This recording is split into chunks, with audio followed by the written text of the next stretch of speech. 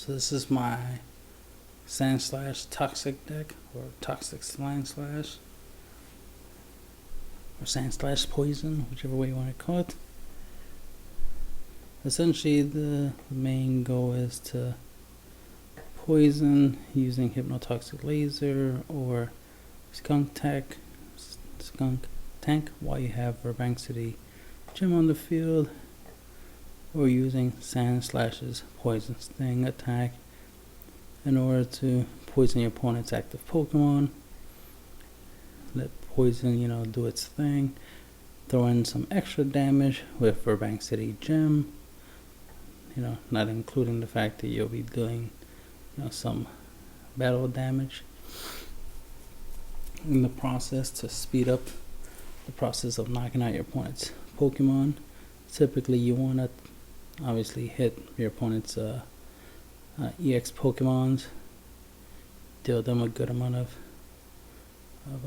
damage as well as poison damage, have it all accumulate and be able to knock them down, despite if their resistance to fighting Pokemons. Most of the time you'll be behind Wailord, enjoying the slow and painful death your opponent's Pokemons are going to go through. But then there'll be times where you'll switch out into Sandslash, do a decent amount of damage, especially once you get to 3 energies on Sandslash. You can use his Fury Swipes and flip 3 coins. For every heads, you do 30 damage times that. So you gotta make sure you at least get 1 heads, because that's 30 damage right there. If you get 2 heads, that's 60. If you get 3 heads, that's 90 damage. So 90 is not a bad number to work with. 60 is not even bad. You're gonna knock out a good amount of Pokemons with that. Do 60, right? And then you got the poison damage will be an extra 10, so that'll be 70, along with Burbank City Gym giving 20 more damage, making it 90 damage. That's pretty good.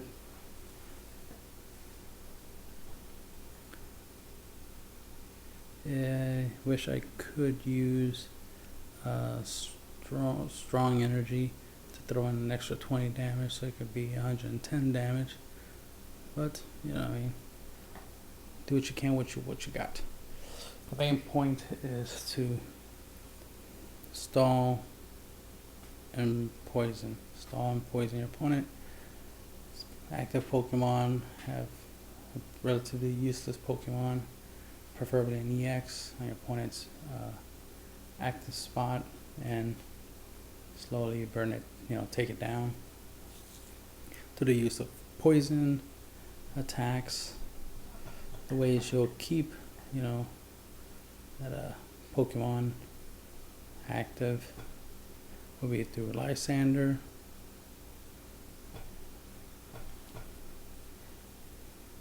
I wanted to also have Pokemon Catcher in here, but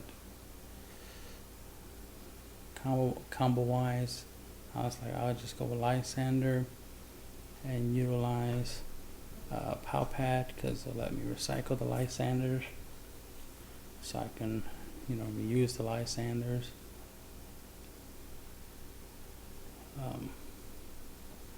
So I wanted to go with that concept of being able to use the Lysander as opposed to having 4 Lysanders and 4 Pokemon Catchers.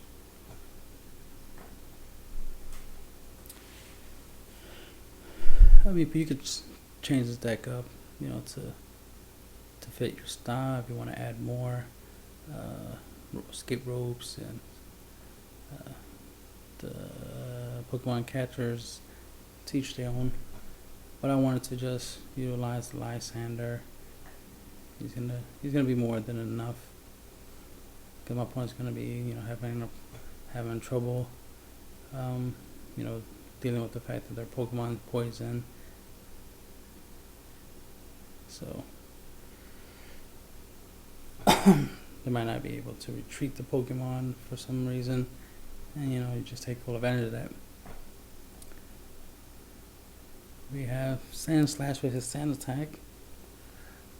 So we have two different types of Sandslash depending on the situation, depending on what strategy you want to go with. But typically this is your ace Sandslash, your boss Sandslash, because that Sand Attack does 20 damage, and if any Pokemon tries to attack during your opponent's next turn, your opponent flips a coin. If it's tails, the attack does nothing. So it's a 50-50 chance of your opponent being able to succeed or fail. So that makes it very useful. But what you obviously do is you use Lysander to put a Pokemon that's relatively useless to your opponent on their their active spot. Hit them with Sand Attack, so you deal that Pokemon 20 damage. You probably poisoned it already with Skunk Tank or a Hypnotoxic Laser, right? So now it's poison, as well as you dealt it 20 damage. During the end of your turn, it will gain 10 damage for the poison, and if you have a Burbank City Gem, which you should, another 20 damage, so that's 30 damage. On top of the 20, so that's 50 damage. And if you do this to that same Pokemon, a Sand Attack it 2 more times after that turn, and your opponent keeps flipping tails, and somehow he wasn't able to switch out his Pokemon, whatnot, then you have done 150 damage in combination of attack and poison, and you pretty much would have knocked out their Pokemon. And if it's an EX, even better, because then you get the benefits of getting 2 prize cards.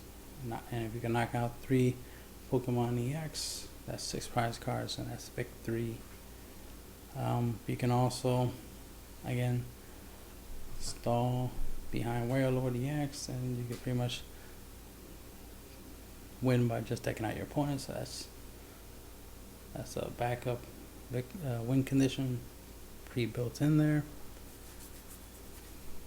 But sitting on Warlord EX, right, and Burbank City Gem with Hypnotoxic Laser and Skunk Tank, right there alone is a good strategy, right? Sit on the wall, poison your opponent's Pokemon, and let them slowly die. But you want to be able to engage. You want to be in the battle, so you got your Sandslash in order to let you get in the fight. Yeah, of course, the adorable Sandshrew, which has Poison Needle. For 1 fighting energy, it does 10 damage. Flip a coin. If it says the defending Pokemon is not poison, so obviously I chose this one because it has the ability to poison my opponent's Pokemon, and the artwork's adorable. And I need it, of course, in order to evolve into Sandslash. I already mentioned Skunk Tank's poison structure ability. When you have a stadium that you control, and you play Skunk Tank, Team Galaxy Skunk Tanks from your hand into the bench, poison your opponent's Pokemon, which is important. You want your opponent's active Pokemon to be poisoned, so keeping that consistent, every time they have an active Pokemon, you make sure it gets poisoned, is very important. So you got Skunk Tank to do that, you got Hypnotoxic, you even got Sandshrew to do that, you got Sandslash Poison Sting to do that, and I mentioned Hypnotoxic Laser, right? And you got the Toxic Laser to make sure you poison your opponent's Pokemon, and you got Burbank City Gem to add more pain to the misery, as it were. Warlord 250 wall, that's all you really need him for. Give him a Float Stone, you can swap out. You give 1 that's in your active a Float Stone and 1 in your bench of Float Stone. you'll be able to switch, swap out freely, because Flow still makes it where the Wailord EXs don't have a cost, retreat cost, so you can swap out freely back and forth between a damaged Wailord and a non-damaged Wailord, and swap out whenever you need it. So it gives you a chance of, being able to stall longer and be able to recover that damaged Wailord using AZ, for example, bouncing back to hand, replaying it, so that way you can get your energy. You can get a full energized, Wailord EX, of course, so you can stall longer.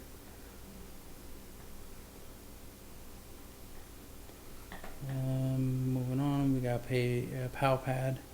That shuffles 2 supporters cards from your discard pile into your deck. This is how you'll reuse your Lysanders, your AZs. Those are the main cards you'll use that on. There's no real need to recycle Corina. She's the one that will pretty much give you a Lysander or a AZ, along with giving you, a fighting Pokemon like Sandslash or Sandshrew, depending which one you need. Instead of using Skyla, I decided to use Corina because she gives you a fighting Pokemon, on top of the fact that she can give you an item card, which means I just said it wrong. I said you can get these two with that. Did I? I think I accidentally said that. I meant this can get you, your Hypnotoxic Laser, which you'll need in order to do what you need to do. Get your Pal Pad so you can use it to recycle your Lysander and your AZ. Alright, that's what I meant to say. You can also use it to get your Professor's Letter, so you can get 2 basic energies from your from your deck, add it to your hand and shuffle your deck. But you're going to need, your fighting energies to be able to activate the attacks of your fighting Pokemons.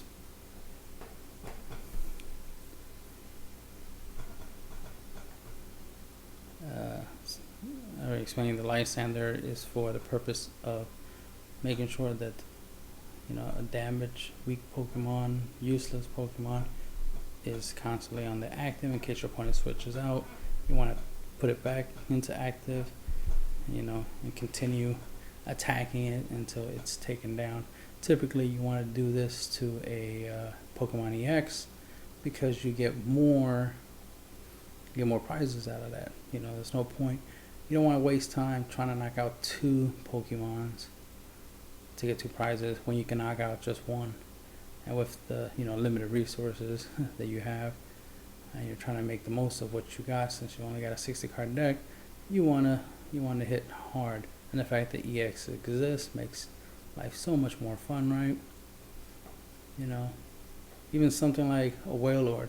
Think about the fact that if your opponent has a Wailord, if you can manage to knock him out, because it'd be very rare for your opponent to use, to have 5 energy on him and use his high breach, so that'd be very rare. So the idea of constantly making sure that he's the active Pokemon on your opponent's side and constantly hitting that with poison. And like I said, you can use Poison Sting to do 30 damage. Oh no, I was talking about Sand Attack.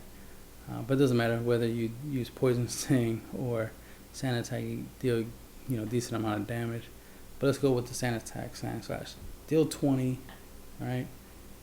Your Pokemon should be poisoned. The Wailord should be poisoned because of Skunk Tank or because of a Hypnotoxic Laser. Should be poisoned, right? And then at 20 plus the 10, that's 30, plus the extra 20 damage from the Burbank City Gym or the end phase. So your opponent will, your opponent's Wailord will have taken 50 damage, and you just have to do it 4 more times. And if you can manage to keep doing that and keep him in the active and keep dealing 50, 50, 50, and somehow your opponent doesn't manage to heal him, recover him, AZ him to the hand, or anything of that nature, you know, you can knock out your opponent's Wailord EX, and boom, get 2 energy. I mean, get 2 prize cards in the process. So, you know, that right there is something you want to do. You want to attack an EX that your opponent can't do too much with. Take it down, work hard to take it down, you know, and get the 2 prizes at a time, and keep that process going. Already mentioned Verbank, and we got 8 fighting energies, because you got the 4 Professor's Letter. They give you up to 2 each. You typically are going to grab the 2 each. As the word, you're going to grab the 2 each. So that way, you know, you thin out the deck, so you have access to everything else. So you do 2 each, that's all 8 basic energy, and that will shrink your deck down substantially. What is that? 8 plus 4, that's 12. That'll be 12 cards that you won't have in your deck. Right. Then we got you know, the awesome double colors energy. I wish the other types of energy, the other colors, so to speak, fighting, darkness, all that stuff, I wish they all had double energy. You know, why not, right? Ooh, I like the idea of double rainbow energy. If I'm right, I did see that double rainbow energy. I have to double check to see if that's usable. Hopefully it doesn't have a stupid condition. I think it does, right? Double rainbow energy. You have to use it on evolved Pokemon, which is gay. But to think about it, it's the fact that I think I can use it. I'm using evolved Pokemon. Alright, just for the heck of it, I still recommend double colors energy, because typically double colors energy, you use it with Skunk Tank if you want to use this smoke screen attack, you know, which is useful to use him because it's not that different from using, because if you look at it, its effect is relatively the same as Sandslash. So if you can't seem to evolve and get to Sandslash to use Sand Attack, then you can just use Skunk Tank. Skunk Tank already is going to poison your opponent's Pokemon, and if you put Skunk Tank into the active, give them double colors energy, right? You can do smoke screen, do 20 damage, and now your opponent will have to try to, you know, flip a coin when he attacks with his defending Pokemon, you know, his active Pokemon, and see if he can deal your Skunk Tank any damage. And if not, then that's just a turn wasted. They're also poison, so they're going to take more damage, and they're going to take, you know, they'll take an extra damage before it's even, you know, before it's your turn again. They'll take 10 at the end of your turn after you. They'll take 20 from your attack, 10 at the end of your turn because of the poison. On top of if you have Verbank, of course, that's how you get the poison to kick in. An extra 20 damage. That right there is 50. So these are some good numbers. 50, right? 50 here and there, make them work. 50. Then during your opponent's end of turn, you know, another 10 plus 20, so that's 30. So there's another 30, so that's 80 by the time it reaches your turn again, and then you'll just do another 50. Right, so it's 80 damage, and then an extra 50. That's 130. You could take down a 130 or less Pokemon or EX with that, right? So you see, like, it does add up. So like in 2 turns, like 2 hits, you can essentially take down the EX.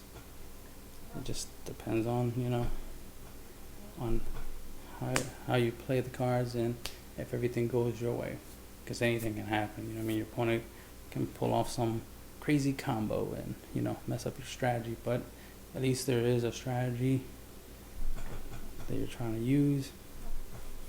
But I would recommend a double colorless, the double rainbow, double energy rainbow. Yeah, double rainbow energy. The double rainbow energy has potential. You could probably take out 4 of the Fighting Energies and try that out. So I might want to try that out myself because I do use evolved Pokemon, so it would work for me. I just didn't like the fact that it only worked for evolve. It's like, well, I tend to use a lot of EX and a lot of basic Pokemon. I don't use that many evolved Pokemons because the evolution aspect of it is slow, and I just like a single card. I can't wait until they create Sandslash EX. That's gonna be awesome. Obviously, expect that deck profile once that's available. I talked long enough, and this is the end of the deck profile. Hope you enjoy.